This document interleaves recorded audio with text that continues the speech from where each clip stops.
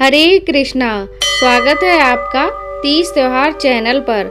सनातन धर्म में एकादशी का विशेष महत्व होता है और हर एकादशी का अपना अलग अलग महत्व होता है और इन सभी एकादशी व्रतों में सबसे विशेष मानी जाती है इंदिरा एकादशी, जो कि अश्विन महीने के कृष्ण पक्ष में आने वाली एकादशी है और इस समय पितृपक्ष भी चल रहे हैं।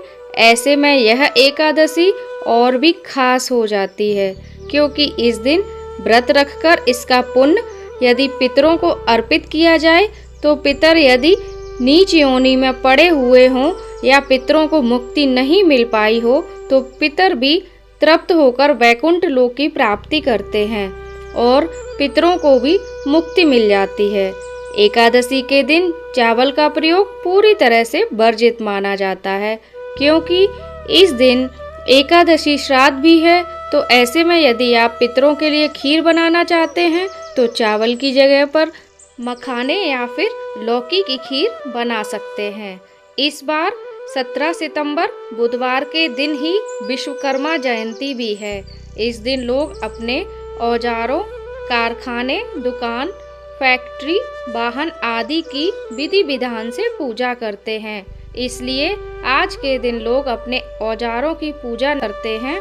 हिंदू धर्म शास्त्रों के अनुसार भगवान विश्वकर्मा भगवान ब्रह्मा जी के 7वें पुत्र माने जाते हैं, जिन्होंने ब्रह्मांड को बनाने में ब्रह्मा जी की सहायता की थी और भगवान विश्वकर्मा को दुनिया का पहला वास्तुकार और शिल्पकार माना जाता है।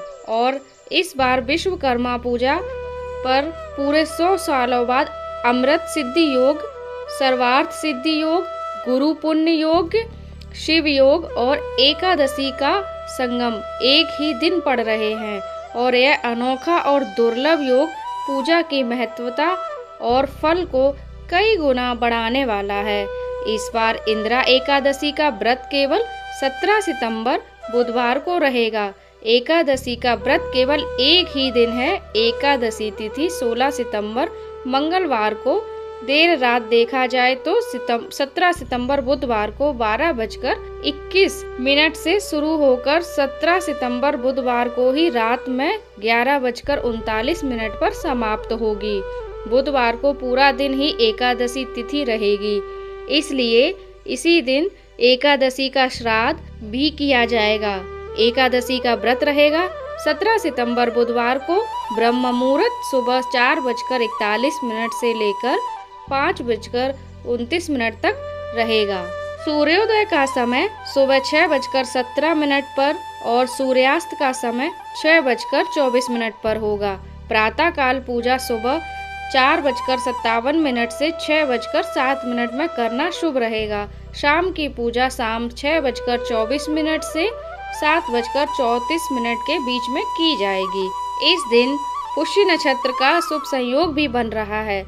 पुनर्वसु नक्षत्र सुबह 6:26 तक और बाद में पुष्य नक्षत्र प्रारंभ हो जाएगा। राहु काल दोपहर 12 बजे से 1:30 तक रहेगा। इस दिन पितरों के निमित्त पूजा सुबह 11 बजे से दोपहर 12:30 बजे के बीच में की जाएगी। द्वादशी तिथि 17 सितंबर बुधवार को रात 11:40 से प्रारंभ होकर 18 सितंबर गुरुवार की रात 11:24 पर समाप्त होगी और हरिवासर का समय द्वादशी तिथि लगते ही शुरू हो जाएगा, जो कि इस बार 18 सितंबर गुरुवार को सुबह 5 बजे तक समाप्त होगा और इस बार 18 सितंबर गुरुवार को द्वादशी श्राद्ध भी है। इस दिन ब्रह्म मुहूर्त सुबह 4:42 से 5:30 तक रहेगा। सूर्योदय होगा सुबह 6:18 पर और सूर्यास्त होगा शाम 6:23 पर। प्रातः काल पूजा मुहूर्त सुबह 4:57 से लेकर 6:07 तक रहेगा।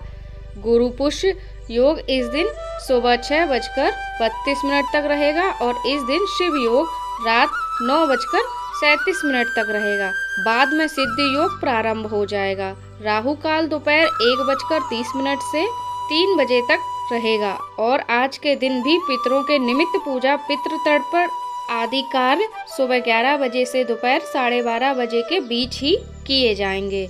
जो भी भक्त एकादशी का उपवास रख रहे हैं उन्हें 18 सितंबर गुरुवार को सुबह 6:18 से 8:30 के बीच में व्रत का पारण करना होगा। इंदिरा एकादशी का उपवास रखने वाले भक्तों से पितरों के देव आर्यमा और भगवान विष्णु सदैव प्रसन्न रहते हैं। इस दिन पूजा करके जाने अनजाने में हुए पाप कर्मों से मुक्ति पाई जा सकती है। पितृपक्ष की इस एकादशी के दिन पंचबली निकालना चाहिए, जिसमें गाय, कुत्ते, कौवे, चींटी और देवताओं के लिए भोजन निकाला जाता है। इसके अलावा आज के दिन पीपल के पेड़ के नीचे अन्न और जल भी रखना चाहिए। इन सभी कार्यों को करने से पहले देवताओं को अग्निग्रास दें, जिसके लिए आपको एक छोटे हवन कुंड में गाय के गोबर का उपला जलाकर उसमें जो भी भोग आप भगवान को अर्पण कर रहे हैं उसे अग्नि देवता को समर्पित करने के बाद तब आपको अन्य सामग्रियों का दान करना चाहिए। ऐसा करने से एकादशी का फल दुगना हो जाता है। ऐसे ही और वीडियोस और जानकारी के लिए हमारे चैनल तीज त्योहार को सब्सक्राइब जरूर करें। जय श्री राधे भक्तों।